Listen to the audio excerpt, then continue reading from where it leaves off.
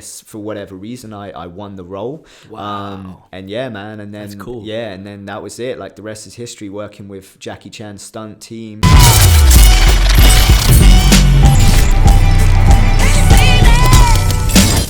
What's up, guys? Today's guest is a professional freerunner and stuntman turned entrepreneur who you can catch in Netflix's latest release of Mowgli. Please welcome to the JAMCast, Mr. Sam Parham. What's up, Sam? What's up, man? Back in the sunshine state of California. Do not adjust your audio, guys. It is our second guest in a row from the UK. Your audio is not off. I just happen to have all friends from the other side of the pond. Do you know what's funny though, bro? Ever since I came out here and now hanging around with you guys so much, I dip every now and then a little bit into trying to do an American accent. I can't do it. It's better that way though, because like when Ben used to first come over and visit, I swear all of us friends would like mimic his accent horribly. Like all of a sudden, like Solomon and stuff would be like, "Hey Ben, you want some butter?" I'm like, "Yo, what the fuck?" Yeah, I believe that. You're from Northern California, man. Yeah. But it's funny enough, I think our next guest is going to be Ben Jenkin from Blackburn, UK. So bring in the Brits. You guys will have to get used to these accents, or tell us if we need subtitles in the comments below.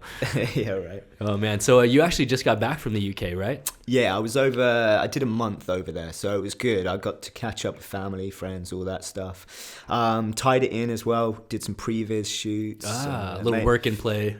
Dude, you know me, like if I'm sat still for more than like a few days, I'm getting antsy. I need to do something. So yes. it was good. It was a good balance. No, I know this too well, man. Oh, and before I forget, throw this gift over to you. You don't got to wear it right now, but if you just throw it up to the camera, guys, check it out. You guys always see me sporting hats because we got brand new official Jam snapbacks available online or at the gym. So I appreciate grab that, yours. bro. Yeah, the irony of that is when I saw you pull it out just before we started rolling, I was like, damn, I need to get me one of those.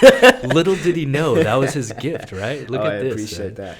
Yeah, man. No worries. Don't feel forced to wear it, but just wanted to make sure you got one of those. Well, dude, I just got the machine gun ghillie done. I was going to ask, what's the story behind this? Is this for a role or is this just a quarter-life crisis? I feel like mid to quarter-life crisis kind of thing coming on.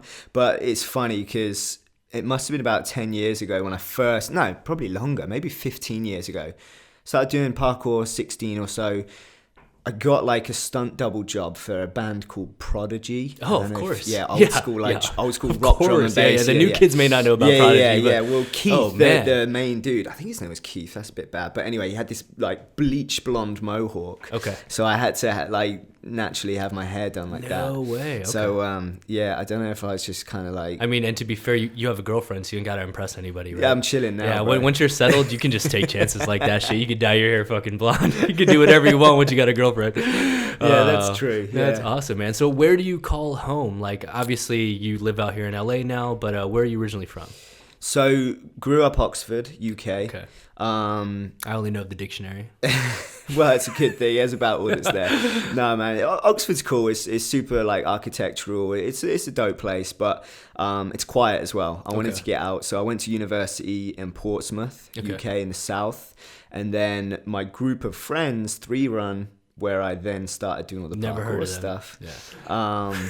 We were in Basingstoke, so then I moved to Basingstoke, and then what? That's where the gym is also, right? Totally, yeah. That's where we had the Freerun Academy, Basingstoke, gymnastics, all that stuff. That's old school. Man, I know it's crazy. So, you just naturally touched on it, so I don't even have to do a segue like I normally have to do. Yeah. But so Freerun, man, at one point, I remember Freerun being the original team I saw online, so much so that at one point, like, people used to mistake free running with three running. Oh yeah, kind of like people used to call like trickers like, you're a loop kicker. Are you a three runner? Oh, bro. So how did three run formulate amongst all you guys over there?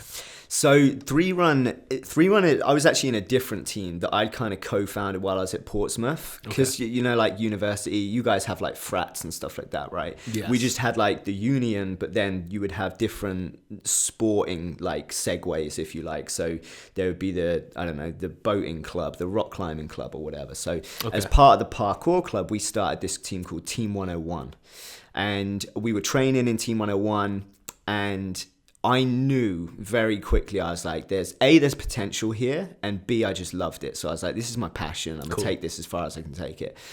simultaneously, Three Run were like the team to beat, right? And they were making waves in like media in the UK. So they already existed. They already existed. Okay. So Chase, Sean, Nathan, Cole.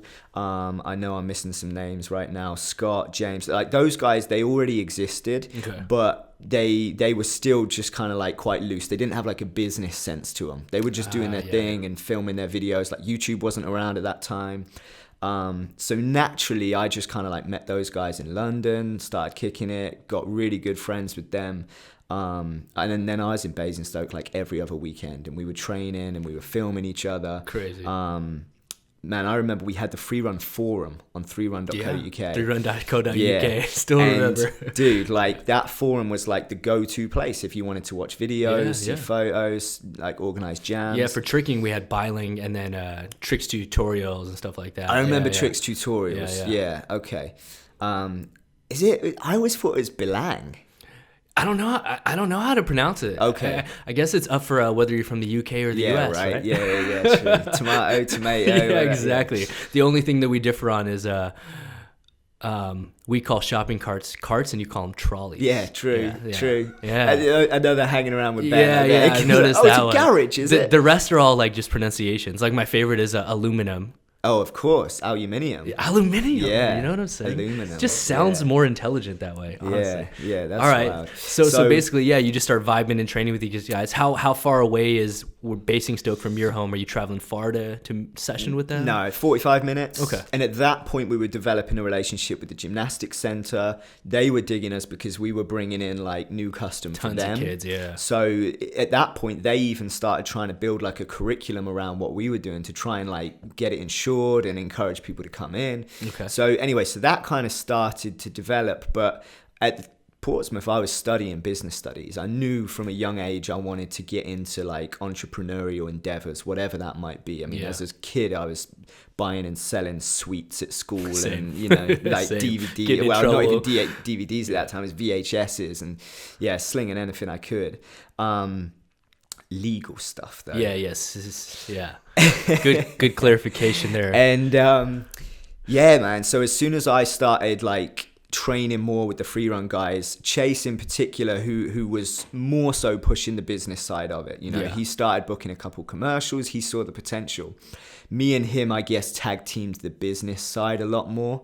And so we started thinking more specifically about the content we were shooting. YouTube started coming around. We were like, let's do some tutorials. Because where do you go when you want to learn something, right? You're going to go to the internet, Google, YouTube. So, I mean, like our front flip, how to do a front flip tutorial just blew up, millions of views. Totally. And at that time, we started developing like a bit more of a strategy. But dude, a lot of it was organic, man. We were just kids doing what we love to do. And I'm sure you can relate, tricking and all the things that you guys were doing at that time over here, we were seeing as well. I remember seeing like the old school White Lotus videos. Yeah. And, oh man, we were like, oh, he's just done like, we didn't even know names of moves at that point, you know, we were coming up with our People own didn't really names care as much back then either, No, it's true.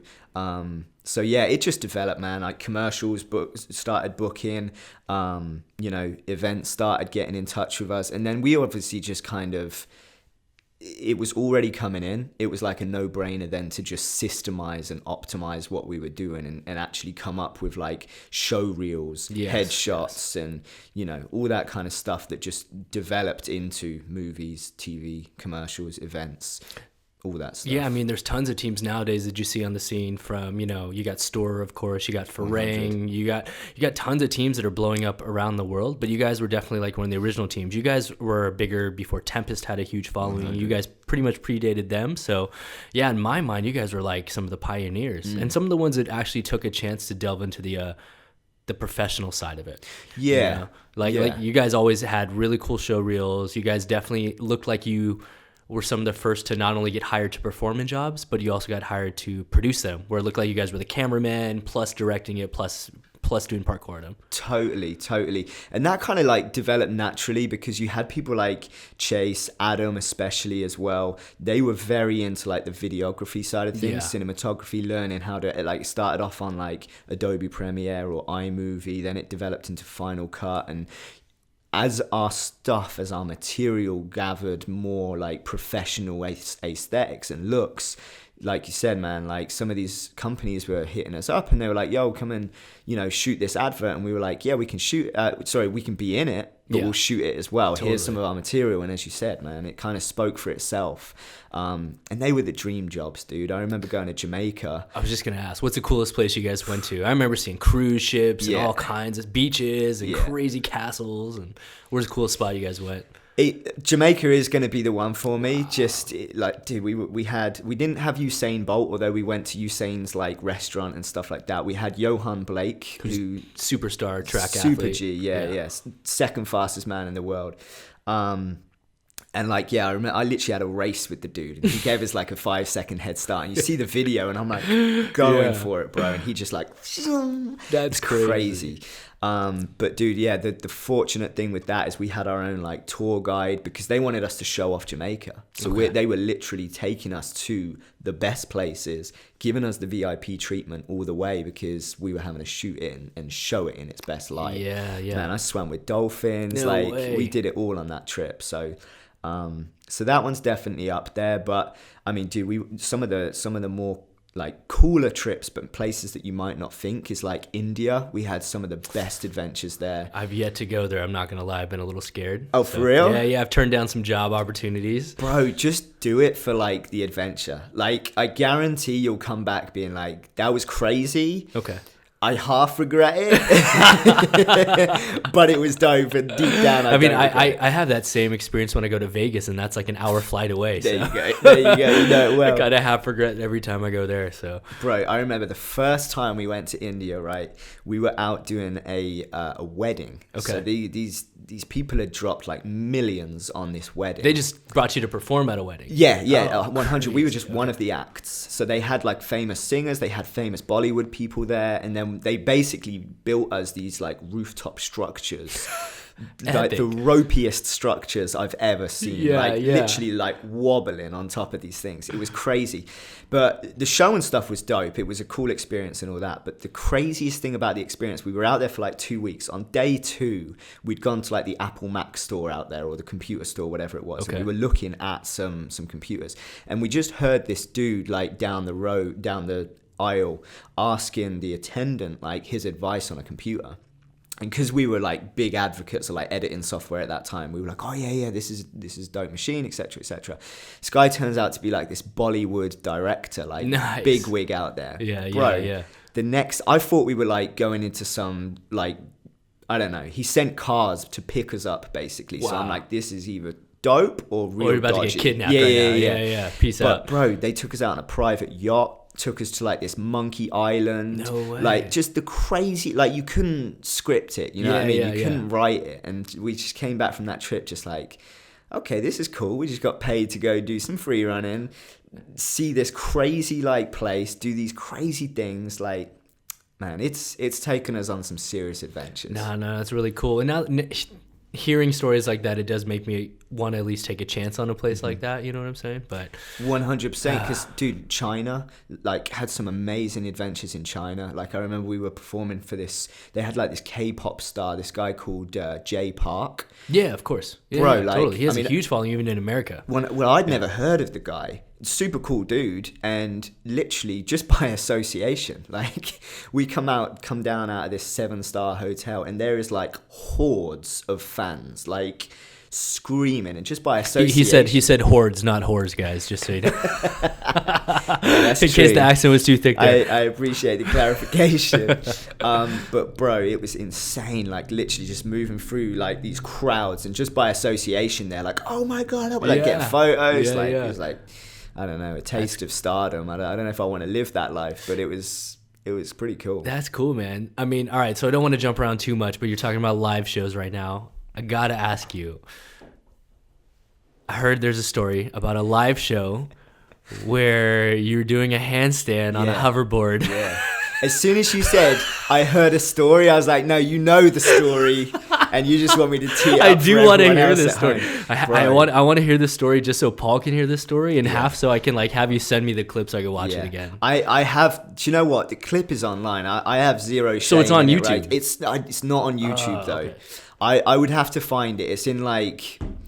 I'll try and tell it as brief as I can. I mean, you could draw it out. It's funny. So, dude, it was crazy. Is what it was. Like every time you have a show, like I get all like the butterflies before. Of course, I'm like, oh shit, this is going to be like. But then you get into it and it's dope. Now this particular show, we booked it on those hoverboards. So like the lean forward, go backwards, that kind of thing. Totally. Pedal, spin around.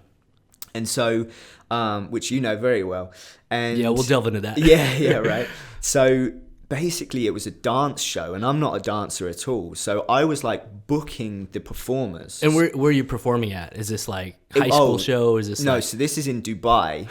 Sorry, yeah. So this is in Dubai for the Prince of Dubai's like private party, basically royal family, like super exclusive. It's being televised. As like this is promoting his stuff, and like I don't want to say anything that I shouldn't say on here because like I don't want no assassinations going down. No, it was a super cool event, but basically they had the idea was that we were doing this dance routine on the hoverboards. So I booked a bunch of like my friends that are dancers. And my client, who's super cool dude, he was like, yo, if we put you in the mix, we can have you do like some handstands on the board and stuff like that. I was like, yeah, that's cool. Let's do it. So anyway, we have like week of rehearsals in the UK. We do all of this stuff. We go out to Dubai, but we can't fly our boards out. So we have to use local boards. Yeah, and I've seen you do handstands on them tons of times. Totally. Yeah. So we get their boards, and like as soon as you kick up into a handstand, they're like vibrating. They're like, it's dodge. It's like potluck. It'll work one time, and then the other 10 it's not. So I'm like constantly, we're getting closer to the show, and I'm just like, I've got to do a handstand, and we've got to like, me and my mate Joe, so say the microphone in the middle here is the prize toy, like the prince's favorite toy. This is what we're told. We're like, whatever you do, like don't go too close to the middle. It's this dancing robot. And he's like the center of the show, basically. Like he is the show. He's like a host, C-3PO host. 100. Yeah. Okay. So he's moving around on this platform in the middle, and they're like, whatever you do, like we don't care what you do on your routine, just don't go too close, and sure as shit, don't touch it, right? Yeah, of course. Anyway, so it's getting close to the show, and I know that one of our routines, me and my mate Joe, we've got to go towards the platform, but doing handstands, stop, spin around, get down, 180, and then go back, scoot off. Yeah. In theory, we shouldn't come any closer than maybe like 4 or 5 feet, probably even further, like safety. Yeah. And we've rehearsed the shit out of this thing, so I'm like, okay, cool. Even if my board starts vibrating, I just won't go too far. You just go shallow. I'll just do like a 3-foot moving handstand. That's fine. Anyway, comes the show. You can already see where it's going. I'm like, I see Joe, like we've clocked, we're like, boom, we're killing this. This is dope. Like Prince and everyone's up, like everyone's on their feet, like loving the show. I'm like, this is dope. Yeah. And anyway, I kick up into a handstand, and it's like the best one I've done. Like so much so that I'm charging it, bro. I'm charging, like hitting some speed, and like I'm not clocking it because I know my timing on the sound. So I'm like, I've got to stay up in a handstand until the beat hits what it needs to hit. So I'm like 5, 6. And where you are in a handstand, you can't, I mean, I can see maybe 2 feet in front of me. Bro, by the time I see the platform, like I'm on like a 4 count, and I've still got to get to an 8 count, and it's there, so I come in like so fast. I hit the platform. Okay. I hear this, ooh. And I'm like, this definitely can't go worse. I roll, you seen WWE, The Rock. Yeah. Straight, I might as well have done this in the air. Like, I come down on the robot goes flying, like skidding across. Like those moments where like the whole world just stops, and it's like the crowd has already gone like, ooh. And I'm like, oh shit. Can't get worse. Bro, like I'm on my back. The robot is like skidded over. It's on its back, but its arms are moving because it thinks it's still dancing. Everybody else is like half still in routine, and I'm like, oh my God. Like, dude, I couldn't believe it. I run out, like my board, I don't even know where the board had gone. I run over, I pick him up. and I put him back on the platform. Okay. And he's like still lying on his back, but his feet are like flat on the floor. His broken. arms are going like this, but his back is still flat on the floor. And he's just, dude, I literally, like, one time in my life that I wish I could have just like either like just, I don't know, hit pause, hit like game over, like whatever. Like, did the show go on or did bro, they stop the show went on. Like the craziest thing as well, I don't know how I slipped back in, but the whole time just like, oh shit, the whole dance team are laughing like throughout the rest of the show, and I'm just like, oh my god, like dreading, like I don't know if I'm gonna be allowed out the country. What's gonna happen? Yeah. And like my boss, he didn't see it. Like, he must have been off to the side. So he didn't know this happened? Didn't even know it happened. Like, came up afterwards. He's like, great show, guys. I'm like, oh, my God. Like, dude, obviously we're telling him. I'm like, nah, not great show. Sorry, sorry, boss. Like, yeah. Shit show, to be honest. And he doesn't know? Oh, no, he knew. Oh, yeah, okay, he was like, yo, we're going to need to go apologize to the prince. I'm like... Yeah, I agree, but like, what are we gonna like? I don't want to make the situation worse. Yeah. I mean, is he gonna make you pay for this robot? Like, bro. wow. I mean, deep down, like I tell the story. Deep down, hopefully, like it weren't as bad as it plays out in my head. Yeah, you know what I mean? Like sometimes you're like, oh my god, that was the most awful thing ever, and then you see it back and it's like, oh, okay, it wasn't too bad. I pray that people see it that. I mean, I watch it and I'm like, oh shit, I just killed the main star of the show. That's not cool. So that was like my dance career, like done in one and done. It's the live shows, man. Literally, that's the pros and cons is the energy and the hype, but the con is you got one shot, and it's doesn't lie when you're live, you know. No. That's crazy. Well, okay, so obviously the complete opposite of live shows would be going into the film industry, and I know that's something you definitely delved into over in the UK. Yeah. How long ago did you transition from parkour to actual film stunts? Yeah, good question. So I started parkour in 2003. Okay. And I was training for a couple years. So it must have been about 2006 or so that I was then fully into like freerun and stuff like that. So I was training with the freerun guys. And this is why I always pay homage to the people that hook me up. You know what I mean? I can count the amount of people that have hooked me up on like a hand. Yeah, totally. And they mean a lot to me, you know what I mean? You're one of them. But it's like, Chase is like, he gave me my shot. That's how I see it, you know? Basically, I was still at university at the time, dreams of like doing some of the stuff that they were doing, you know? And basically, I don't even know how it came about, but he put me forward for a commercial in Spain. And it was a Lion Bar commercial. Okay. And either way, one way or another, I booked the job. Dude, it was like the dream. I'm being flown out to Spain to go and shoot a commercial. The lead, like, dude in the commercial. And I didn't charge anywhere near what I should have. Like, I didn't know what I was doing, you know. Dude, I would have paid for the experience at the time. So anyway, what happened was I was on the commercial and they booked a stunt coordinator. And so I didn't even know what a stunt coordinator was at that time. I knew I loved Jackie Chan and action films, but I never dreamt of how you could even get into that stuff. Yeah. But it was the stunt coordinator, Julian Spencer, on that commercial, who then basically was like, dude, if you want to get into stunts, you need to do it properly. First of all, he introduced me to what in the UK is called the stunt register. Yes. You know, proper safety, proper etiquette, proper fees. He was like, if they're not paying you the right fees, you need to be walking. Like, he taught me a lot, and that was my first introduction on the industry, really.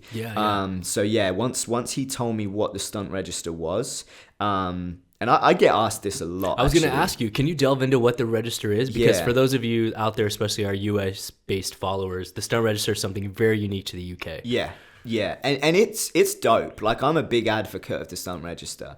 But what it is essentially like a book of qualified stunt performers, right? And that is the stunt register. Mm-hmm. But to get on that book, you have to qualify in a number of different disciplines. And so those disciplines could be rock climbing, scuba diving. You have to do a martial art.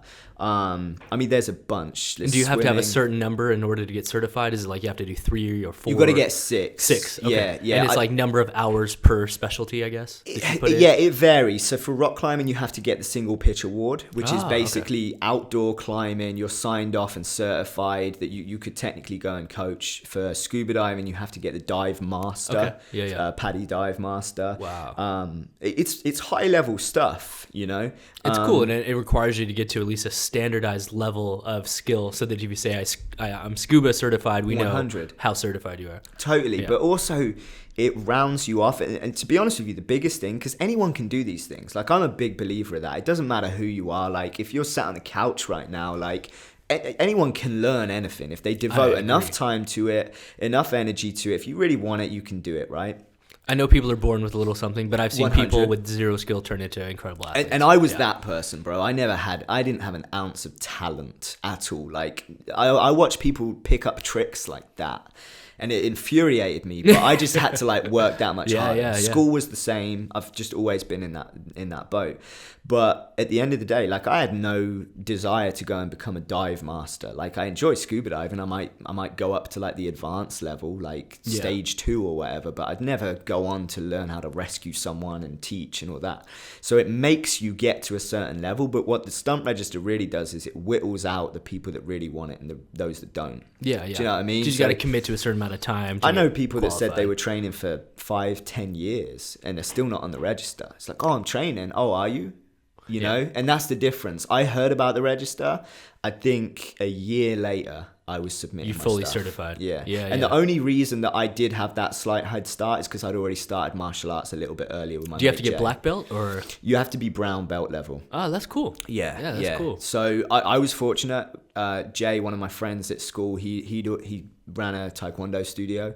I'd already been taking classes with him for like 2 or 3 years at that point. Yeah, that's probably the biggest one. Yeah, so I just got my brown belt, which would have been after like 4 or 5 years at that point, and then I was able to kind of submit. And do you have to go through certain schools in order to get certified? Like, or does any brown belt count? Does that make sense? Like, are there certain schools within that you have to go to in order for it to count? I think there's definitely some leeway, but they also monitor it. You have to video everything. You have to video all of your gradings. You have to video. You got to video submit everything. So when they come to review it, you can't bullshit. Can't fake it. Yeah, totally. Exactly. Okay. And at the end of the day, as you know, in stunts, like, it is a fine line, because I know phenomenal gymnasts, phenomenal martial arts artists, phenomenal like rock climbers, shit at stunts. Yeah. And it totally. You know, it doesn't always different. translate over. Yeah, it's different. And so for me, there is a fine balance between saying, oh, did you get a black belt in this martial art? But then you don't know stage combat. You don't know combat for theater or for screen. You know.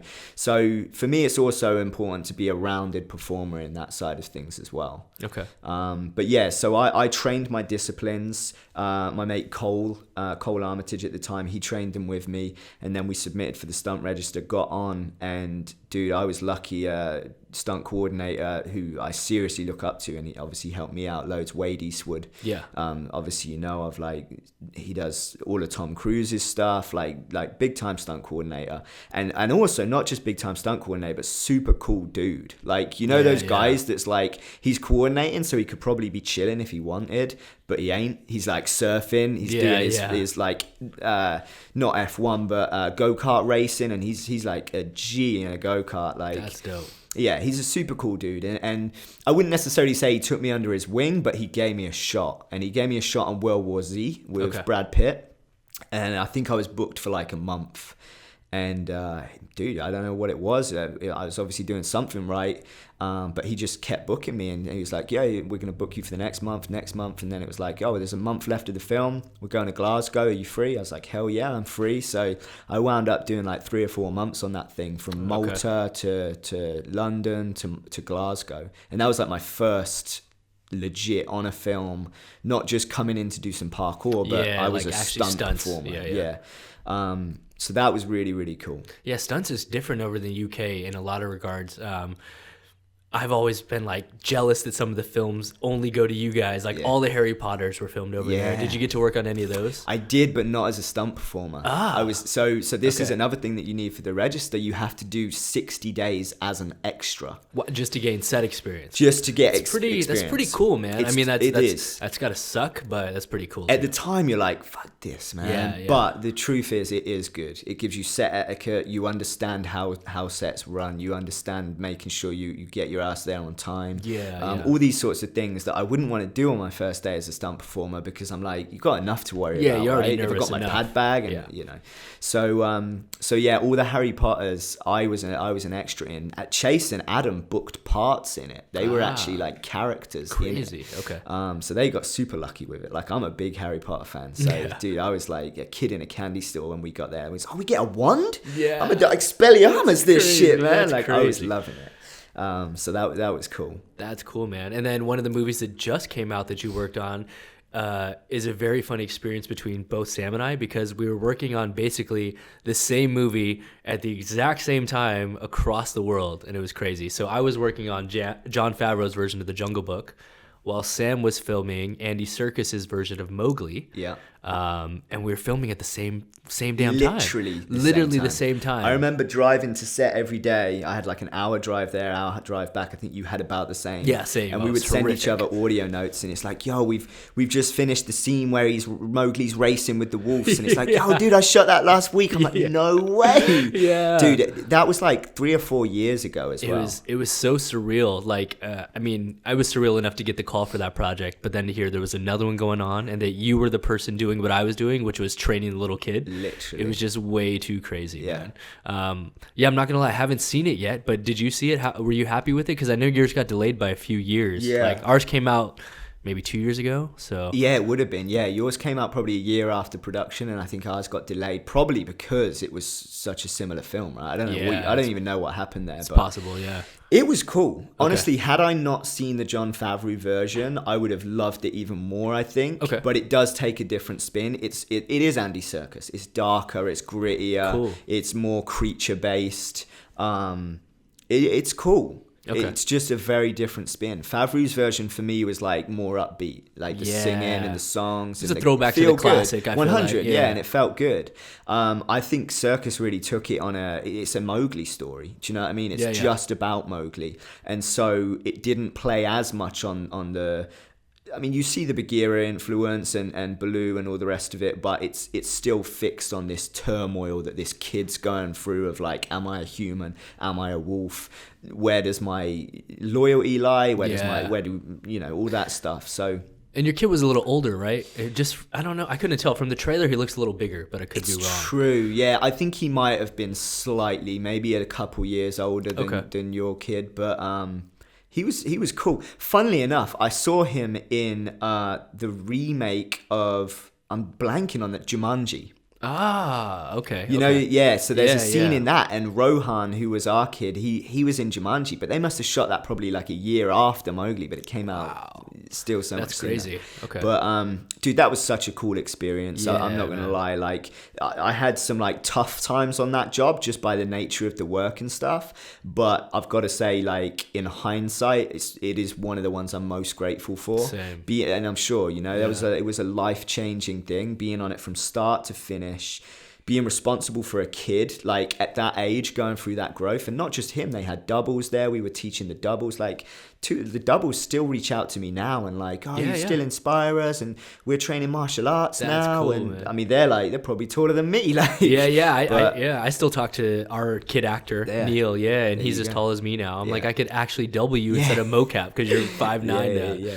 That's crazy. Yeah, totally. It's a good experience, cool, man. Yeah, that's one of the ones on my bucket list, was because I was actually a fan of that franchise growing up. Dope. And it was really cool, man. Especially, I mean, being of my ethnicity, I don't get the chance to double a lot of leads. I can see that. Yeah. Like, in my career, I've doubled John Cho, just like 75 of my other friends have, there's no real Asian lead. So like to be a 1X, to be the Mowgli double was like a real cool check. Hell yeah. And I mean, we're in the US, so we got sick residuals, right, Paul?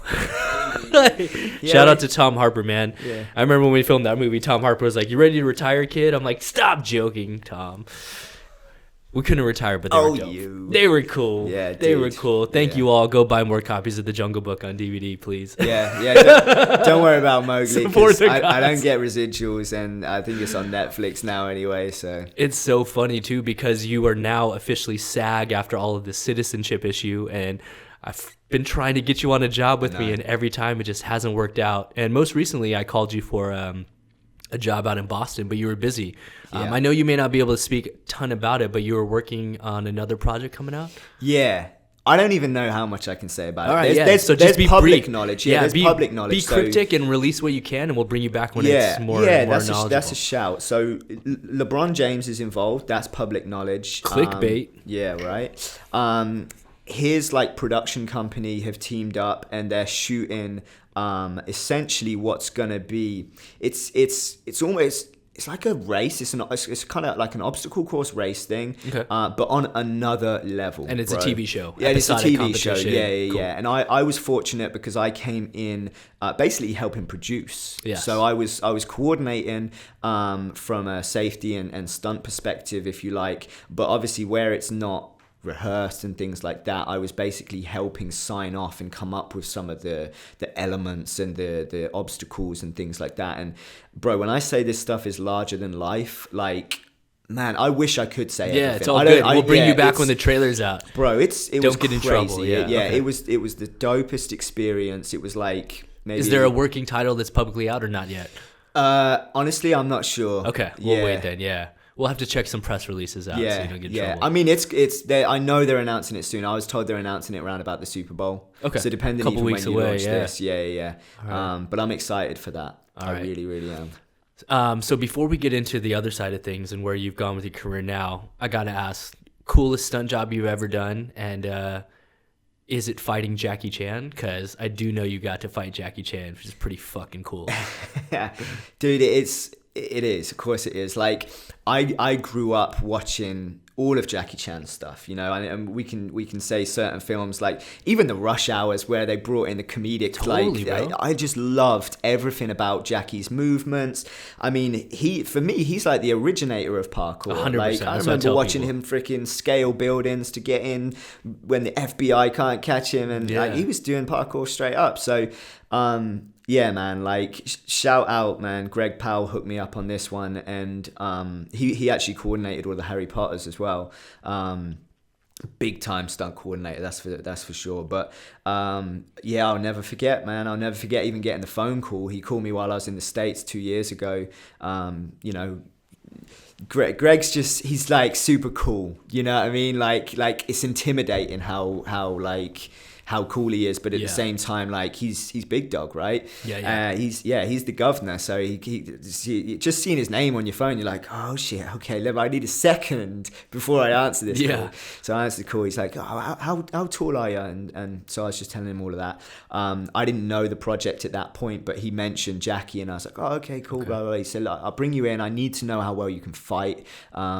So we'll do that. So I went in for an audition a couple of months later, got on really well with them. I then met the actor that I would have potentially at that time been doubling.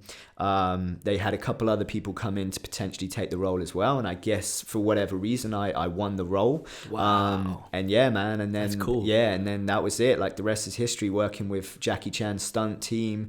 We got, Jackie Chan stunt team t-shirts and things. Not legit part of their team. I'm very respectful of, that kind of stuff. A good friend of mine, Vidan, he was there. It was great catching up with him. And I mean, man, it was such a dope experience. But the bottom line for me is I got to have a one-on-one fight scene with Jackie, basically just getting my ass kicked. Yes. And as ever, man, it goes by in a blur, right? And what movie is this? So people can check it out. So this is The Foreigner. Ah, okay. Yeah, this totally. is The Foreigner. It's a cool film. I don't know if you've seen it, but there's points where, I mean, basically the whole idea is that it's kind of like the IRA are bombing this not even bombing, there's a bus bombing that happens, all this kind of shit that goes down. But essentially my scene was basically where Jackie comes into this apartment, and the bombers at that point are there, and they're making their bombs or whatever they're doing. Crazy. And yeah, Jackie comes in, just busts the place down, and you know, all hell kind of breaks loose at that point. No way. Okay. Yeah. Okay. Crazy, man. Well, I know one of the other things that I really wanted to talk to you about, because I feel like we could talk about the industry forever, is the other side that you've delved into, which is one of the reasons why I wanted to bring you on, which is entrepreneurship. Yeah. And being able to have taken the money that you made in stunts and make it work for you in other ways. So I know about this whole story, but let's just start from the top. So what was one of the first businesses and companies that you started working out of the UK with? So UK wise, obviously we had Freerunning, and we turned that into a business. We started doing events, production, media, anything and everything. So I took, you know, my business acumen and the stuff that I had learned from uni and developed that, and I said, okay, we're going to start doing this with the freerunning stuff. Okay. One time we was in China, we're doing a show, and in fact it was the one I talked to you about earlier, where we were performing with Jay Park and the Justice Crew. Totally. And dude, we're walking down the street, and this guy comes zipping past us on, like, it's a unicycle, so it's just a wheel like this high up off the ground with two pedals on either side, right? Totally. Lean forward, go forward, lean back, go backwards. Totally. Bro, I remember seeing this thing and I'm thinking, this is some Back to the Future shit. Yeah, like, yeah. It's a What ride. am I seeing in front of me right now? It was crazy. Like, this thing was nimble as fuck. Like, legit, just agile, through traffic, everything. So we stop this dude and we're like, yo, what is that? Dude doesn't even speak English, but he takes us back to this. It's not even a factory or a warehouse, but he takes us back to wherever the hell they've made this thing. And it's a prototype. It's ropey as fuck. Anyway, we wind up on the spot, we got some per diem from the show. No we're like, way. Boom, we're buying these things. Like, everyone bought one. And we spend the net, bro, we're wiping out everywhere. Like, in the middle of this 7-star hotel, I remember I was going through the lobby, all these chicks and these fans of, like, the jet, boom, just learning how to use it. Okay. Dude, we didn't give a fuck. It was so cool. So we're flipping around, flying around on these things that at the time were called the airwheel. Okay. So me and one of the other athletes, one of my freerun boys, Scott, we ended up buying like 20 of them. I was just like, yo, let's just buy them. They're super cool. We know that much. We can sell them. Fuck it. Let's buy them and sell them, even if we sell them on eBay, right? Anyway, we sign up to this thing called the Gadget Show Live, which is an exhibition in the China UK. trade show. Exactly. Yeah. So, dude, we took them there. Day one, sold out. And we're selling these things for like £500. Yeah, and we bought them for like a couple $100. Okay. So we're like, holy shit, like, we might be onto something here. Yeah. Obviously, freerunning is still the passion, still everything that we're doing. All that we're doing is freerunning stuff. But on the side, we're like, well, we just made some money selling these things. Money. Easy money. Easiest money we ever made. So it was like, let's just order a bunch more. Ordered a bunch more. Next thing we know, doing what we did with Freerun, we start shooting some videos with these things, scooting through London. Obviously, everywhere we're going, heads are turning. Like, no one's ever seen this stuff before. Like, hoverboards weren't around.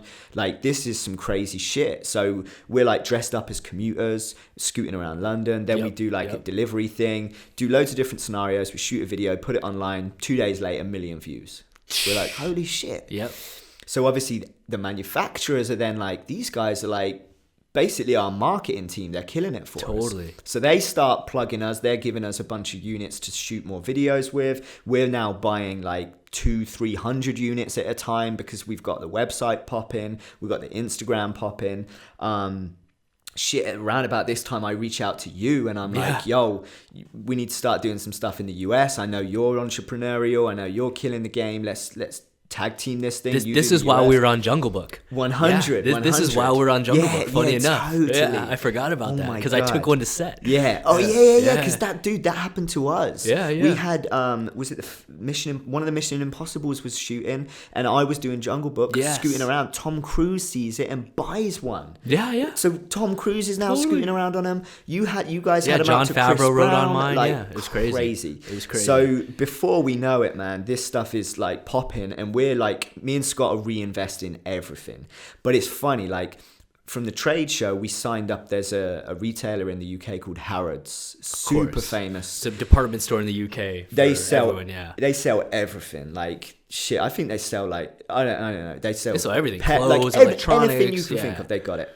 It's like a Macy's, JCPenney, Sears, like totally. Type, yeah. But everything. the flagship in London, and it's dope. It's gangster store, and basically they start retailing our stuff. So we're like, wow, we're in stores. Like we're in one store, totally, but I mean, you're in Harrods. That's about as big as it gets. It's a big store. Yeah, when you start communicating to some of the other stores like Red 5, Maplin, we're like, yo, we're in Harrods. They're like, oh shit, okay. So yeah, and bro, I mean, we were doing the typical, like, we're answering emails by different aliases to try and make it look like we're a bigger company. We're just two dudes running it out of Scott's mum's garage at this time. Yeah. The garage is like packed to the brim. We're like trying to order, like, get a new warehouse. In the space of like a year or two, we went from a garage to a big garage to a legit warehouse with a freaking pickup truck. And it's just me and him. Our other homie Mike came and helped out. Dude, we're getting orders from Maplin. We got into 144 stores in the UK with Maplin. Crazy. We're like legit. We'd get an order. We bought like a $1,000 van. We wrapped it to make it look legit. We're driving it up ourselves up north, doing the deliveries with like yellow fluorescent jackets. Like, all right, governor, how's it going? We're just dropping off some. The boss has got us doing another run, innit? And bro, we're just doing it all ourselves. And it was crazy. And I mean, I'm not going to lie, we were making money at that time as well, but we were reinvesting everything. Yeah, just dumping into new products. 100%. Yeah. And then obviously when Maplin turn around and say, yo, we want to order hundreds of units, I mean, that translates to tens, hundreds of thousands of dollars. Yes. So we're like, wow, we're reinvesting everything. We're getting like, no sooner do they place an order, we've got more units coming in on the boat, on the ship. And we're doing as best as we can due diligence wise, but granted, we don't fully, as if anyone does anyway, but we don't fully know what we're doing. We're learning as we go, as you do in business, course. Right? So we're trying to get safety certificates. We're trying to get all this stuff that we're supposed to have. And Airwheel are obviously supplying us with that stuff. So we're like, okay, this is cool. Anyway, that was all fine. No issues. Like, to be honest with you, I in hindsight, I kind of wish we'd have just kept doing that stuff. Yeah. And then obviously these hoverboards come out. And so we're kind of like, well, it's a no-brainer to jump on it because we're already doing such a similar product. And they're easier to ride. Easier to ride, like anyone can pick it up. Ride, yeah. That's a good point, actually, because Airwheels, like, even if you're agile, it's going to take you a day or two, like, solid practice to learn this thing. No, I remember because you guys sent me an airboard, a hoverboard, and I remember getting on. I was like, "Oh, dude, I learned this instantly. This one is gonna sell like hotcakes, bro." Yeah, and sure enough, it did. Right? I mean, all the celebrities started putting it on their Instagram. Like, we were getting hit up by celebrities. You were getting hit up by celebrities. We're just. A lot of people may not know this out there, but besides, I think the first official company in the U.S. was IO Hawk. Yeah.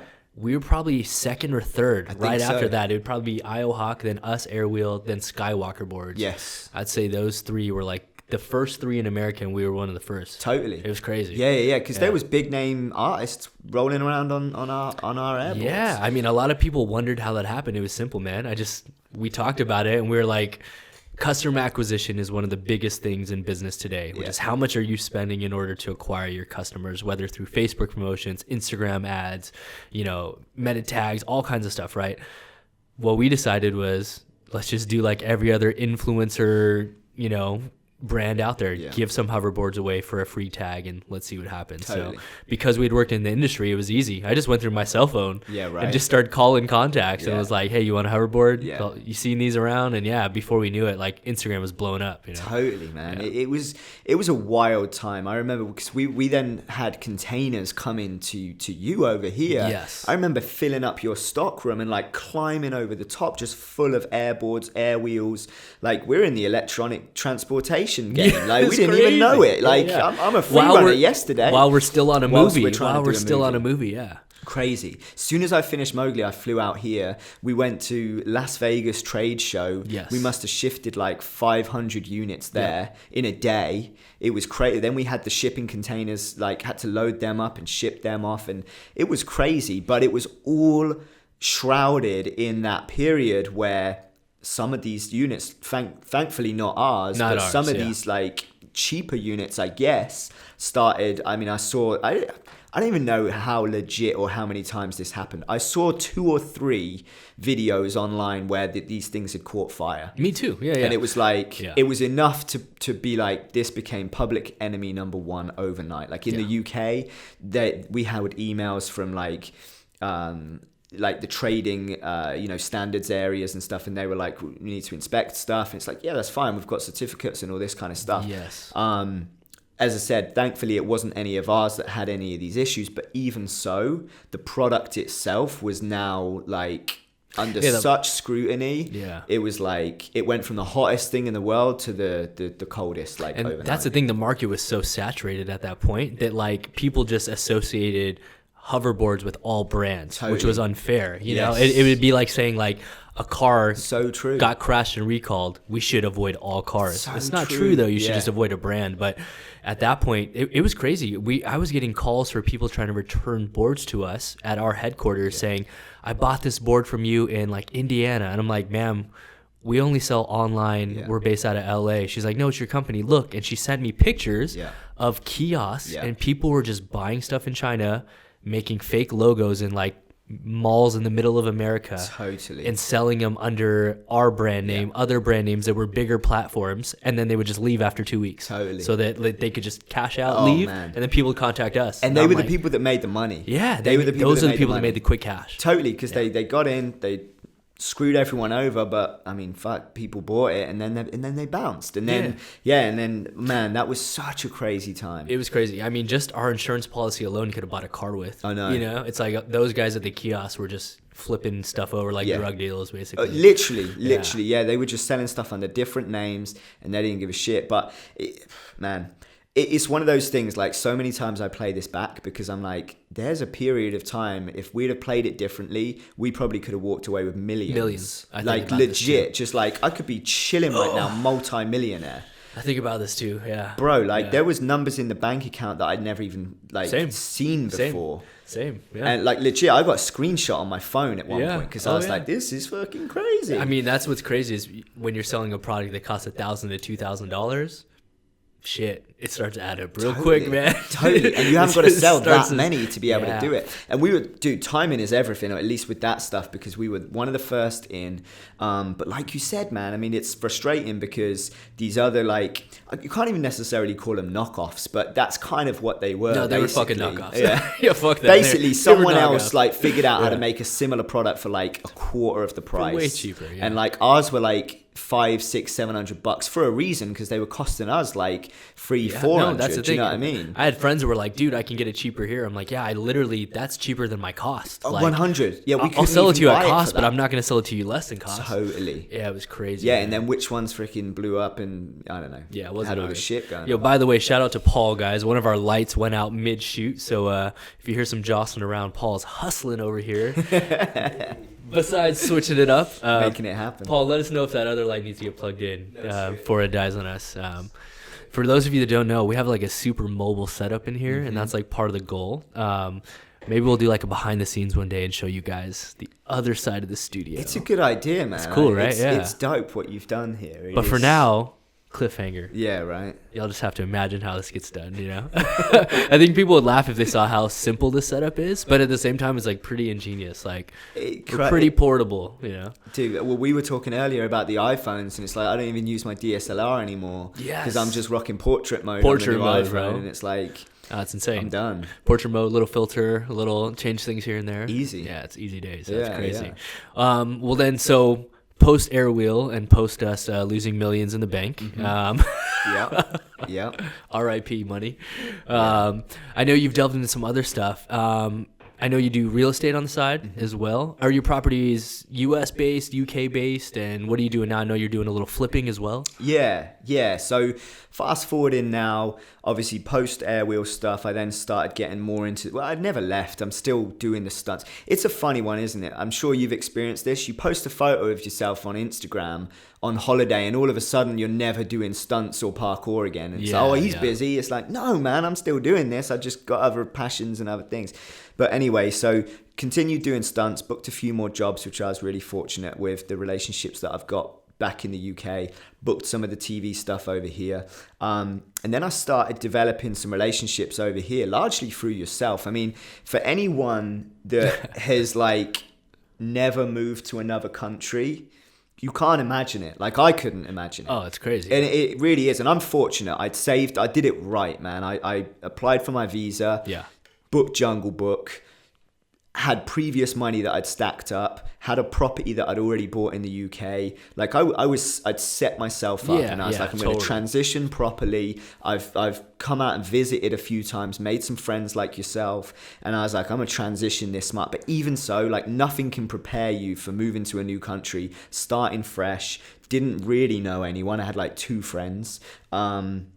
Man, it was crazy. Like, it was lonely as well to start off with. Really lonely. And anyway, so over that period of time, I've been here for like 3 years now, and I'm obviously blessed. I've still got you as a good friend, and all the other kind of friends in our circle, but people that maybe, I think you might have introduced me originally to Nelson, and then through Nelson I met John, Will, and a bunch of other people that are more in like management, producing, the dance world as well, which I'd never even touched on before. And so I was really fortunate with that side of things, where I've now kind of gone into business over there, where I'm actually managing with like Wildebeest and the I'm a Beast collective. I'm managing the clothing line for that. Yeah, totally. So that's been a really, again, man, just that entrepreneurial mindset of seeing an opportunity. And you know, they're doing great things. They're super successful in the things that they're doing. But as ever, there's areas that you can always do better, right? Or maybe you're spread a little thinly. So I saw that and I was like, they've got this clothing, but no one's pushing it. No one's really focused on it. It just goes to their events and they sell what they can, and it's great. But I was like, yo, I'm going to work here for 6 months for free. That's what I'm going to do to show you my worth. Like, they don't know me. They need to see my worth. They need to see, I can tell them all about Airwheel. I can tell them all about my Audi R8 that I owned, and my house that I own, and I'm super, like, you know, all these kind of things. But at the end of the day, it's all words, and you can get stuff from different ways, like image, perception. We know that through Instagram. You can make yourself look however the hell you want. So I'm all about the hustle. I'm all about the grind and proving your worth. Actions speak louder than words, right? So I said to them, I'm going to work for you for 6 months for free. I'm going to build this clothing line. If you're happy with how it goes after 6 months, let's review. And I either come on as part of the company, or we part and we say it's been cool while it was. So that obviously went really, really well.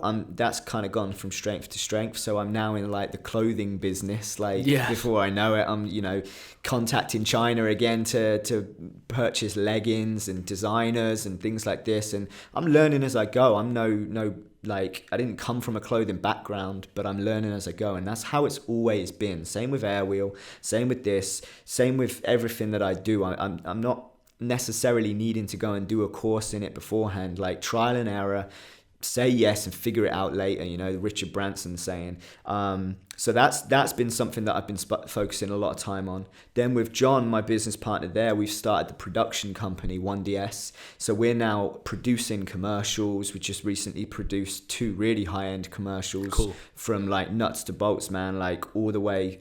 Like, dude, we had rain machines in there. We had like we had Ryan Houchin over. We had Josh Hill DP in.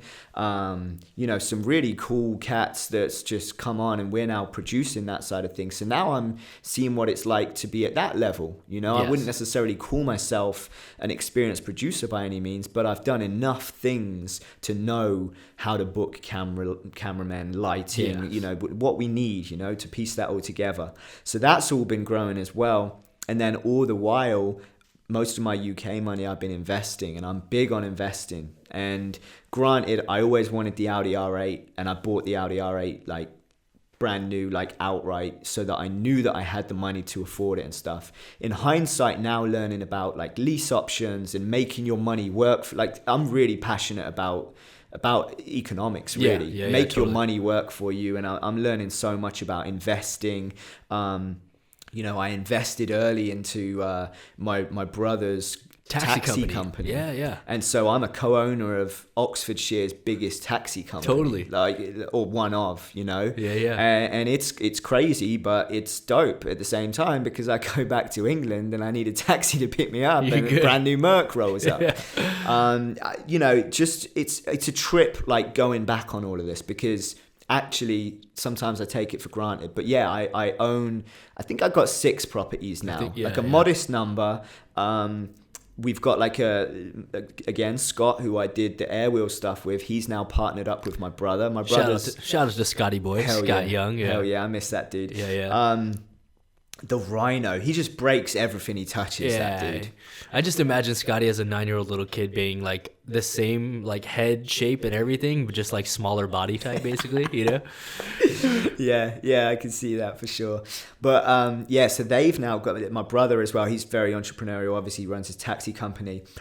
He got into properties with a specific strategy in mind of buying a property, redoing it slightly so that there's more bedrooms in there, and then renting out each room individually to maximize the amount of rental income. Totally. So they set up a company, Legacy Properties, that manages that. Basically, they'll find you the property, you invest the money, they'll find you the tenants, they'll manage the tenants to make sure everything goes Gucci. And man, so I've basically just been plowing money into that as well. Cool. Every time that I can. So I've got like 3 properties I've never even seen, but they've got tenants in there, happy as Larry, and obviously I'm making, it's all about residual income, right? And making money while you sleep. So we used to refer to money when we were in Freerun, still obviously, but as freedom credits, basically. Totally. So in my eyes, I just want freedom credits coming in every month so that I can live the lifestyle I want to live in the place that I want to live, be able to do and experience all the cool things that I want to do.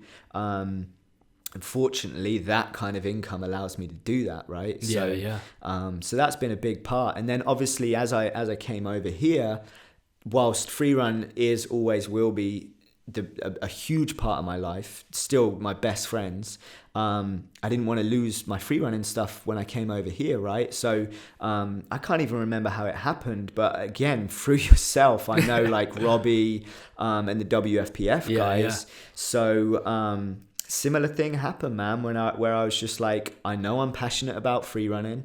I met Dave and Vic, and they seem like cool dudes, and I was like, let's just see how this goes. Give me a trial period. I'll work for you guys for 6 months to 12 months. If it goes well, then let me be a part of the company, and so on. And so that's another one. I kind of talk about it like it's history, like that's still very much ongoing and growing, and we're doing some really exciting things there. And it's different to what I was used to. I came from the performance background, and that's what I loved, just being on stage, being in front of the camera. Whereas we're thinking about grassroots stuff a lot with WFPF. Totally. They do a lot. I mean, I'm sure the IPF stuff as well. They do like very charitable stuff. They're affecting a lot of lives in like lesser privileged countries. Some crazy stories, man. Like helping kids that are in like super war-torn countries, like have somewhere safe to train and things like that, which is amazing. We're doing like the academy sales now in different gyms and different gymnastics to raise accessibility for more people to be able to do stuff like this. Certifying coaches with a curriculum. So that's all still growing as well, and then obviously we're hosting competitions and stuff like that. Yeah, you guys have a competition coming up, right? Totally, yeah. We've got the Tampa USA Parkour Cup happening next weekend, actually. Okay. So that would be cool. Hoping to have. I mean, we did Turkey last year, so we're hoping to do Turkey again. Brazil is a potential. There's a few different. We want to do like an international world tour with it. Okay. Parkour is such a funny one, man, and I know you know it more than anyone. Is like, it's a matter of time before the brands see the power of this sport. Yes. But at the moment, there's no brand, not one. Like Red Bull, dip their toes in, but they never put money in. They never, like, nobody. Not a lot. Really, yeah, sure. A couple of grand for a prize winner here. Our one event every year. We'll sponsor like 2 or 3 athletes. Yeah. Half of them are, some are trickers, some are, So it's kind of like, it's a matter of time before big box retailers or brands really see the power of parkour, I feel.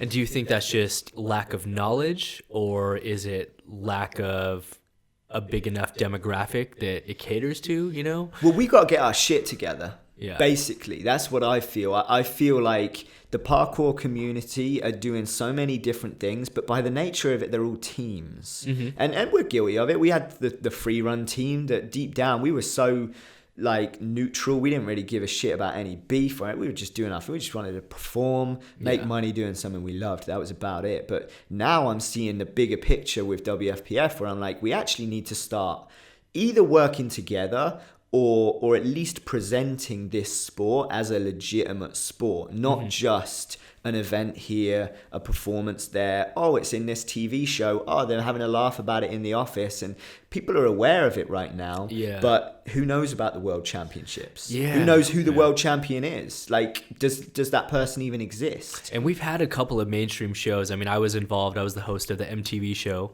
10 years ago. Totally. And then they had Jump City that had Tempest involved. Yeah. I honestly just think that both of those shows came out too early. I feel like true. They came out at a time when parkour was just starting to hit, but it was like a fad word. Like there weren't gyms that existed yet. When I opened White Lotus, we were one of the first like gyms that offered parkour classes in America. This was before Tempest opened. So I think because of that, it wasn't accessible, and it's like, why are you going to have a TV show where then kids look it up, and how do you learn it? Where are they going to train? Go looking on YouTube.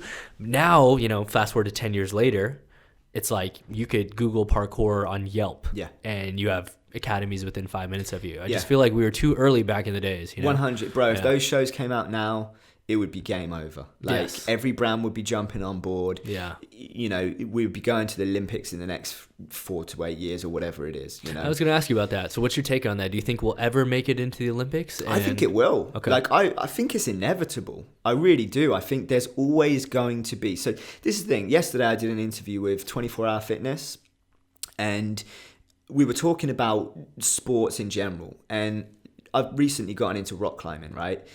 Rock climbing, I mean, you're only talking about the last decade or two that it's at the level that it is right now. If any of you got Netflix, go check out Valley Uprising, by the way. And you'll see, if you're parkour fans, trickers or whatever, you'll see the similarities, like... between the cultures. Fully, bro. They're rebels. Who are these kids? Like, we don't understand it. All the way through to like, holy shit, these guys are phenomenal. They're doing crazy things. They're pushing the boundaries. They're pushing the limits. Oh my God, this guy's now being sponsored to do this stuff. Wow, Red Bull Media House is shooting it. Wow, it's on the Discovery Channel. And it's an inevitable transition that the competition side is then going to come into it as well. And the same thing with rock climbing. We saw it. I mean, who doesn't know Shaun White? Yeah, of course. We saw it with snowboarding. We've seen it with skateboarding. We've seen it with all these underground sports that they said were never going to amount to anything, and now they're billion-dollar industries. Yeah. Parkour is the next one. There's no two ways about it. It's the next one, and so I feel like it's waiting for a couple of things. It's waiting for a rock star. It's waiting for a Shaun White. I think there's some contenders for that position. We're getting close. There's some guys making big pushes on social media right now. There's a couple. But it's tough with that because then they fall into the bracket of like, I'm just a skit guy. Yeah. Are they legit? Are they doing it through the parkour, or are they doing it now to? And I'm not discrediting any of that because people are making careers out of being influencers now. But for parkour, to have a rock star, to have a Shaun White or something, and you're right, there are still some that are just doing that are just pushing that parkour stuff, and making a bit of a wave with it. And then what that then needs to be like accompanied with is, first of all, competitions, legit competitions, ranking systems, like, who are the top 10? How do we know they're the top 10? Okay, are we taking into account the air whip competition that just happened? Are we taking into account the rankings from the Red Bull thing that was happening? Like, that's what needs to happen, whether it happens from one entity or a group of entities. For me, this is just my opinion. There has to be some kind of system where we can say, okay, good, and sure, everyone might not agree with it, especially not at first, but it's got to take that to get to somewhere. And then that then needs to be accompanied with what you were talking about earlier, the foundation of legitimate places for people to practice, like grassroots stuff that when they see it on the TV, they can Google it, and then they can go down the street 3 miles to their local gym that has parkour classes. Yeah, totally. And it needs those 3 things, I think. In my personal opinion, and this is just my opinion again, guys, so don't take this as anything beyond that. I think as far as global appeal, parkour is big enough that it could be one of the next sports to be considered for the Olympics. Although just personally from my experience having been at all the Red Bull competitions and commentating and stuff like that, I think our judging system for freestyle competition is fucked. Mm-hmm. It's too open for opinion, and the scoring system is too large. If you give a judge a category and you give them between 0 to 100, they can completely sway a competition just by judging their category wrong, by giving someone a 90 and giving somebody a 20. I think personally that the route we should go, which you guys are delving into and other competitions is a speed course. Mm-hmm. And I think it should be a speed course where it combines the ability to make a decision whether or not you want to use parkour or free running.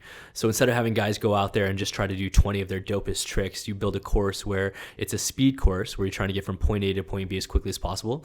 And then you allow for opportunities where a person can make a choice of, hey, it may be faster for me to run and flip over this obstacle than to run and try to, put my foot in vault over it, or if you set bars, I've seen this on courses where you set a bunch of bars in a row and people can either jump and lâcher off their arms, or if you're a G, you can jump, muscle up to the top really quick and then precision across the top, I think that's the way, because time is so standardized and it's not subjective. It's just literally who's the fastest, who did the same course the fastest. Mm-hmm. And it's the most relatable to things in the Olympics, which is the oldest sport, which is track and field, which is just a timed course. So I don't know. I think that if we are able to delve more into the time courses, we may be able to blow up. But some of these judging decisions that I've seen lately, I don't necessarily agree with all of them. No, I hear you, and I'm glad that you say that, because I feel the same. I've seen, and I'm not going to sit and say our competitions are the best, and I don't feel like it's about that. I think as a community, we need to find what you're talking about. We need to find something that is a level playing field, and to me, it's got to go as quantitative as possible. Because when it's qualitative, it is open to opinion. Mm-hmm. And then one judge is going to score it this way. We see it in boxing all the time, and that should be quantitative. But, I just watched the Gypsy King fight, and one of the judges was like, even up until the point where he got knocked down, he was giving it to that sport also. That sport also is revolved around money. But it's a dirty business. I'm sure. No, but I know what you're saying though. But it needs to become as quantitative as possible. And so actually, me, Vinny Coriel, Justin Schaefer, we sat down and we're trying to achieve this, or at least as close to this as possible, and saying each category is out of 4. We removed creativity, because parkour is a creative sport. Mm-hmm. Like, how are you scoring someone on creativity when they roll up and doing parkour? Like, you're creative. Of course. Yeah, then you're if you're at a level of competing at a national competition, it's kind of unwritten. It's kind of unsaid, Totally. So we've given each one this out of 10, so you can't necessarily sway it. And it's important, each judge, there is still options of people fucking this up, but we feel like it's a step in the right direction, and I'm sure it will continue to evolve, but almost taking like the ice skating route. But either way, so one judge is looking specifically at difficulty. So for example, if someone does a super difficult trick, they are going to score high on difficulty. Mm-hmm, but say they don't land it, do they still score high on difficulty? I argue yes. They've gone from the difficult trick. The execution judge is the person that then balances this out and gives a 0. That's true.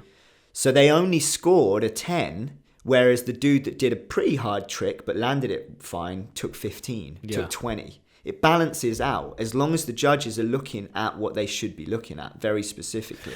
Do you think that it should be standardized, though, to the point of gymnastics, where there's a correct way to do a form of a move? Because I think that's where it's going to start to get really tricky enough for debate, because that takes away the stylistic part of things, which is like... How do you judge a styled out grab, or like someone bringing tricking variations into free running? Because not a lot of people do that, but DK, what if someone comes in and they do like a B twist and they kick their leg out to shuriken? Will they get ducked off because they're not in a tight spin? It's a good question. Like, dude, we debated this for hours, and that's the sort of stuff we were talking about. When you're going for quantitative data, with parkour and freerunning, there's always going to be some level of qualitative opinion coming into it, right? There's always going to be a point where we're getting it as close as possible, where difficulty is the main one, because you're like, do you award a point for one rotation? And then if it's 2 rotations, do you get 2 points? But he added a spin in it as well, so it was like a full in, back out. So now is that 3? You know, it's almost an impossible question at that point. So we've standardized it as close to that kind of thing as possible, but you're right. There's never ever going to be a point where it's like fully this skill gets this number of points and this skill has to be performed in this way, because as we know with parkour and freerunning, it simply isn't, and it never will be, and nor should it be. It's a freedom of expression, and someone that does as you said, a corkscrew one way or a different way when they kick out at a different time, you shouldn't ever be docked. If anything, the judge needs to be experienced enough to know that's actually harder, totally. And recognize that and award maybe just a half point more, or, you know, a something to show that they're aware of that. And that's going to come through experience. That's going to come through time. You know, touch wood, the competitions we have done, all of the competitors have walked away saying, no problems with judging. Yeah, okay. You know, and that's a big thing for us. And we encourage people to come up afterwards and say, like, if you had an issue, like, voice it so that we can explain where it was. Yeah. And we had a really close call at a qualifier recently. Super close. I'm talking like these guys were like on par, but it came down to versatility, where you have to show skill on all the different, like the bars, the wall, the floor, the ledge. And one of the guys didn't hit a floor trick. So he got docked on the versatility. They were both killing every other point on every other category, but he just lost his 2 points or 1 point, whatever it was, on that. Yeah, see, and that's where, in my opinion, that's where parkour, the cool thing about it, the pro of its versatility, becomes a con to me, in the sense that this, obviously, sports like skateboarding and gymnastics have been able to turn into a standardized system where you take moves in skateboarding, where there's style is obviously a huge element of skateboarding too. So we can't say that they're just making it cookie cutter. But the difference is that everyone is utilizing the same apparatus. Mm-hmm. So when you're in a skateboarding competition, you're on the same ramp. Yeah. When you're in gymnastics, you're on the vault, you're on the bars. And that's why it's easy to quantify, because you're looking at someone that's using the exact same equipment in the exact same parameters. What's different? Mm-hmm. Whereas in a parkour competition, there's so many different obstacles to hit. Unless you require everyone to hit the same exact obstacle every single time, it's hard to see the differences, you know? So 100. There's tough. It's tough. And it's never going to be perfect. I don't know if there's a judging system in any sport that's perfect beyond did he score a goal or not. And even then they have to go to the camera and say, did the ball cross the line? And it's like, it's touched half the line. You know, it's never ever going to be a perfect thing. I think we've just, as a community, we have to fight to get to as close to perfect as possible, and understand that we may never reach that very, very, you know, unattainable perfection with it. But to get as close as we possibly can is what we should work towards. And not to miss your point about the speed stuff.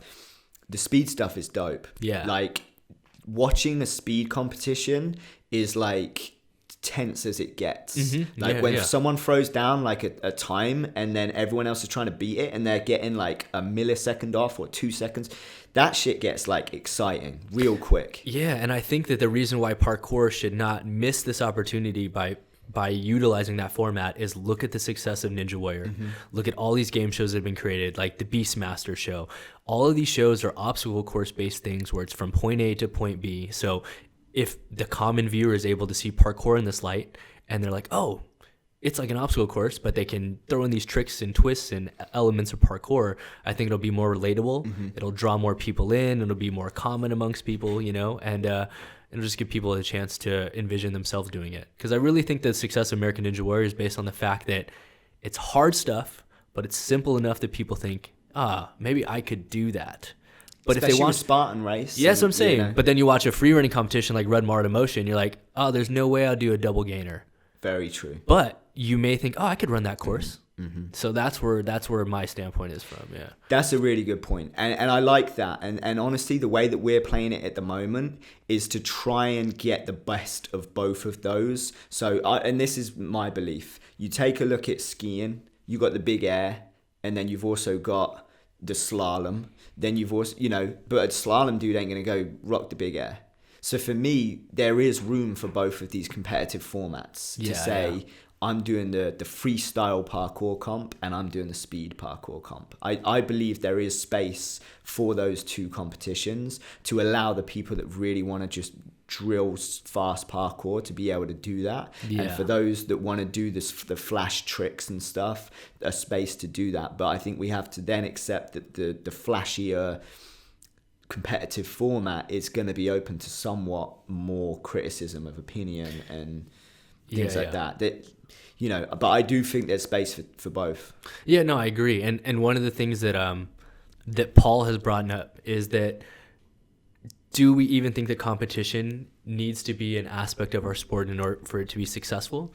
Because one of the things that Paul was pointing out is that, like, yoga, for example, is probably worldwide one of the most practiced, recognized, renowned sports in the world, and there's zero competition. It's literally just like a practitioner-based sport. Do you think parkour will ever have that mass appeal, or do you think that it, because of the generation that it's geared towards, that competition is what's going to have to help push it to the next level? I mean, what a dope concept. You know, I love that. But I think that I feel like competition is an inevitable part of parkour. Like, bear in mind, I've been around since, like, not to sit here and be like, I'm OG. Like, I've watched this sport go from literally nothing. I was one of the first to be doing this in the UK. So I've not to say that's look at me, but to say I've seen what's happened. Yeah, totally. And I've literally watched when these Red Bull competitions, dude, people were up in arms. Like, parkour isn't competitive. I know. This isn't, like, this is crazy. This is disgusting. I never thought I'd see Phil Doyle enter Red Bull. You know what I'm saying? Like, legit people that swore, like other people that were like parkour, people that were saying you can't, it's a taboo to even make money from parkour. Then going and doing events and shows and competing and judging. And dude, I've seen it all. I've watched people come and go. I've watched people come say one thing, change their mind 2 years later and do something completely different. It is what it is, but I feel like competition has always been an inevitable part of parkour. And the reason for that, I mean, we see it even when we go out training. Not necessarily competing against each other at that point, but even in the early days, we would be like, someone would do a corkscrew and it'd be like, you can do that too. Were like, it was like friendly competition, how we progressed. Naturally, if people, like, yoga's a really good example, but it's a very different activity. It's a different demographic. Like, what are you even doing yoga for? Like, it's a different demographic, but also, what are you doing it for? You're doing it for the intrinsic benefits. You're doing it also physically to develop flexibility and things like this. Things people do it as exercise, of course. Social, there's a lot of different, but competition has just never been in the nature of yoga. I mean, I don't want to be ignorant here and start. I know. I wonder if there is like yoga comps. There may be like most flexible back. You know what I mean? Because I don't even know how that would happen. Yeah, right. Yeah. Look at that tree pose straight into. Oh my god, that transition was so fast. That's what I'm saying. Like three years in a row, downward dog champion. Yeah, right. Like, what's up? Come fuck with your boy. Yeah, but that's what I'm saying. Like, just the nature of that activity. I don't feel like it can be. It's a great what a great question and what a great thing to like consider. But I just feel like parkour is naturally, and don't get me wrong, this is what I was saying to the guys at 24. If you were the dude that wants to do parkour, like there's this guy I follow on Instagram. He's got like 200 followers. He's this older dude. He's got to be like 50s. He goes out to his local park and he just jumps from like a rail to a rail. Like nothing big at all. But he's like, I'm out practicing parkour. It's like the way that it gets me outside. I enjoy it through fitness and stuff like that. I'm like, good on this guy. Like, he's never going to compete. Yeah. He ain't never going to go do a commercial. He's no interest in doing either of those. But his purpose and his reason for doing parkour is just as valid as the dude that wants to be the next world champion. Yes. And so that for me is what the crucial thing comes down to, is like, I ain't going to judge you if you want to train in a gym, or if, like, I get people being like, parkour shouldn't be in gym. Says who? Yeah. Like, y'all don't own it. Nobody does. You should be able to go into gym if it's raining. Of course. You should be able to go wherever you want. Totally, like, that's like a rock climber being like, you can't train in a bouldering gym. Yeah. And now we're getting Alex Honnold, who came straight out the bouldering gym, free soloing up the side of freaking El Cap. It's just like in parkour, there are some kids where, when we started, we were outside. There are some kids who were taken to a parkour 101 beginner class and are now competing. So you can start in gyms and start outside. I think that the world just needs to see, like I talked about as far as why I think the speed courses would work is because relatability. The world needs to see more videos of the older guy jumping to a rail, because all that's highlighted is double gainer, Kong gainer, triple full. And to the average person, it's insane. It's an unreachable, unattainable goal unless you want to start at a young age, devote your life to it, or as the most common fallacy is, unless you want to break your knees, you're not going to go after those things. So I think, we just maybe parkour needs to be marketed differently. I know 9 years ago, that was longer. Shit, it was 10 years ago. This is before the MTV show. We actually went around to Equinox Fitnesses around the country and did a parkour workout, which was based on quadrupedal movement to build strength. I was working on balance drills, tons of just different movements and elements that were low impact parkour to build strength. We were doing plyos and mini precisions, but again, I think it was just too early. Like it was too early. People just that needs to happen now. That's the thing. We were 10 years too early, and now we just need the opportunity to be re-seen by the masses. 100. Honestly, it will happen.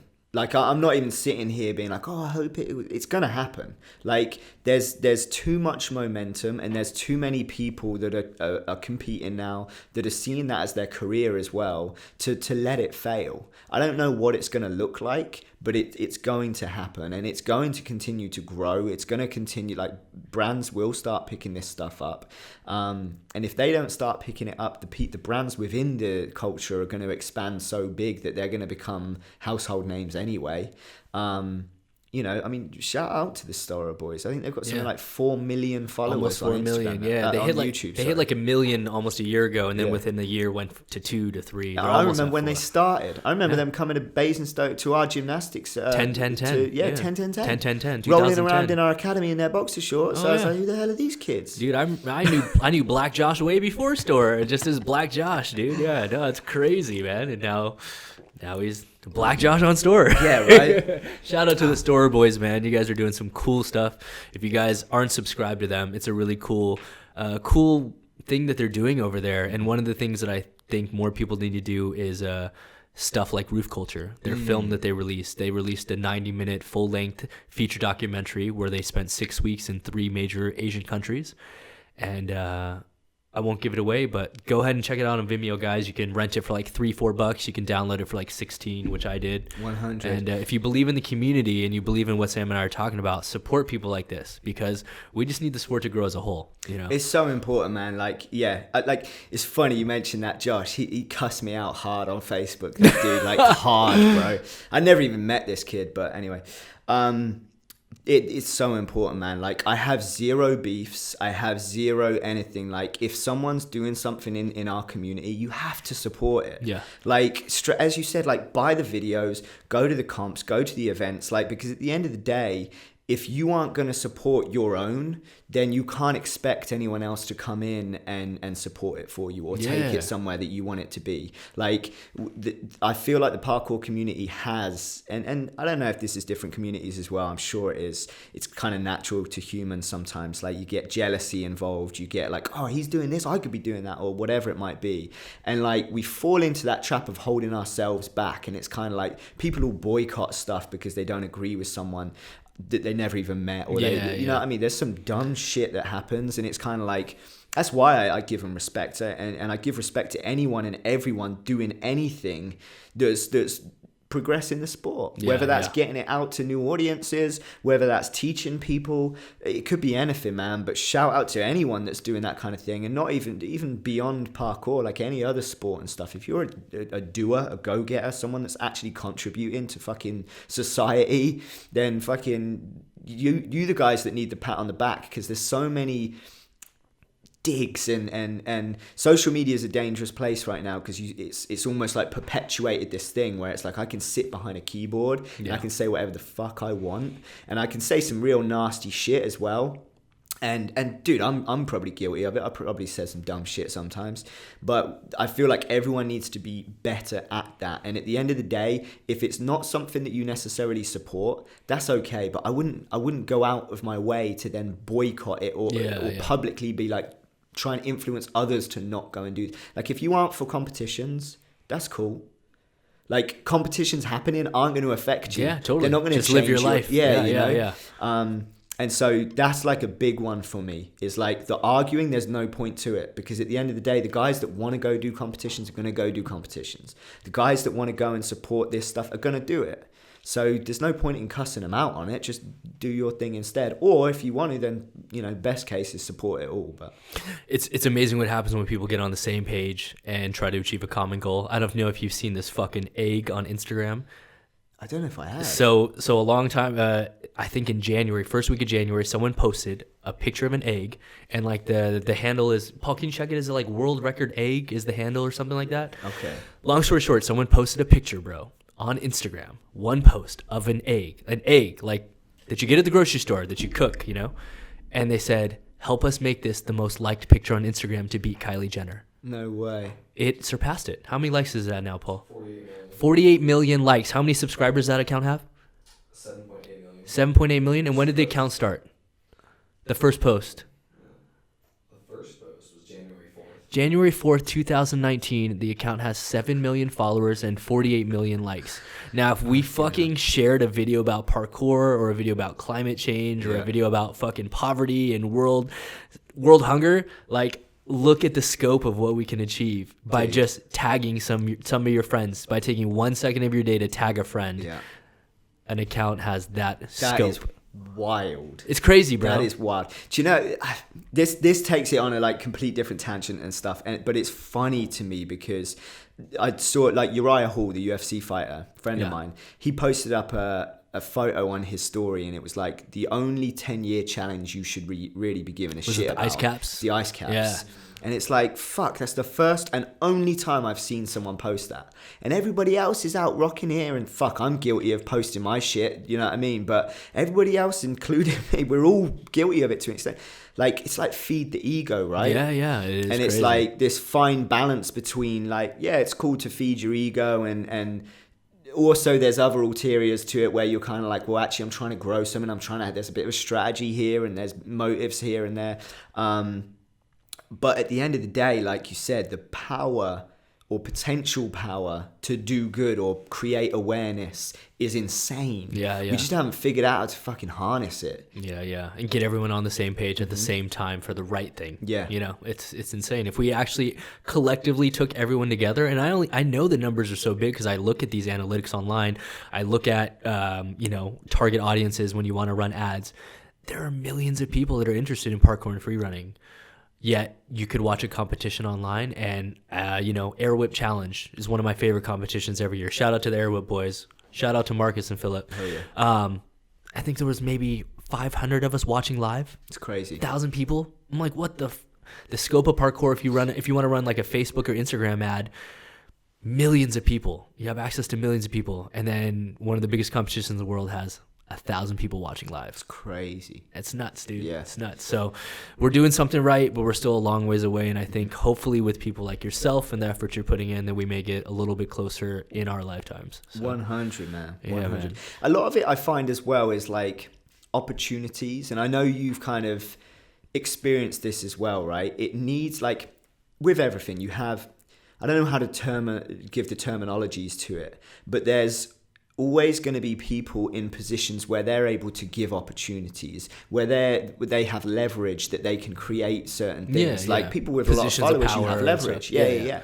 Same thing. Like it's I don't know, and this is more of a personal thing maybe, but you find a lot of the time there's people that often I'm experiencing, especially lately, like they've got a chip on their shoulder, like they're owed something. And this is coming from people that I know I've put money in their pockets and create, like I put you on stage, I put you on a commercial, I put you on this, and still they're like behaving like they're owed something, behaving like the world owes them something. And I think that comes down to a mentality that's such like a self-limiting factor. That as a community, if not even just parkour now, this is going into everything.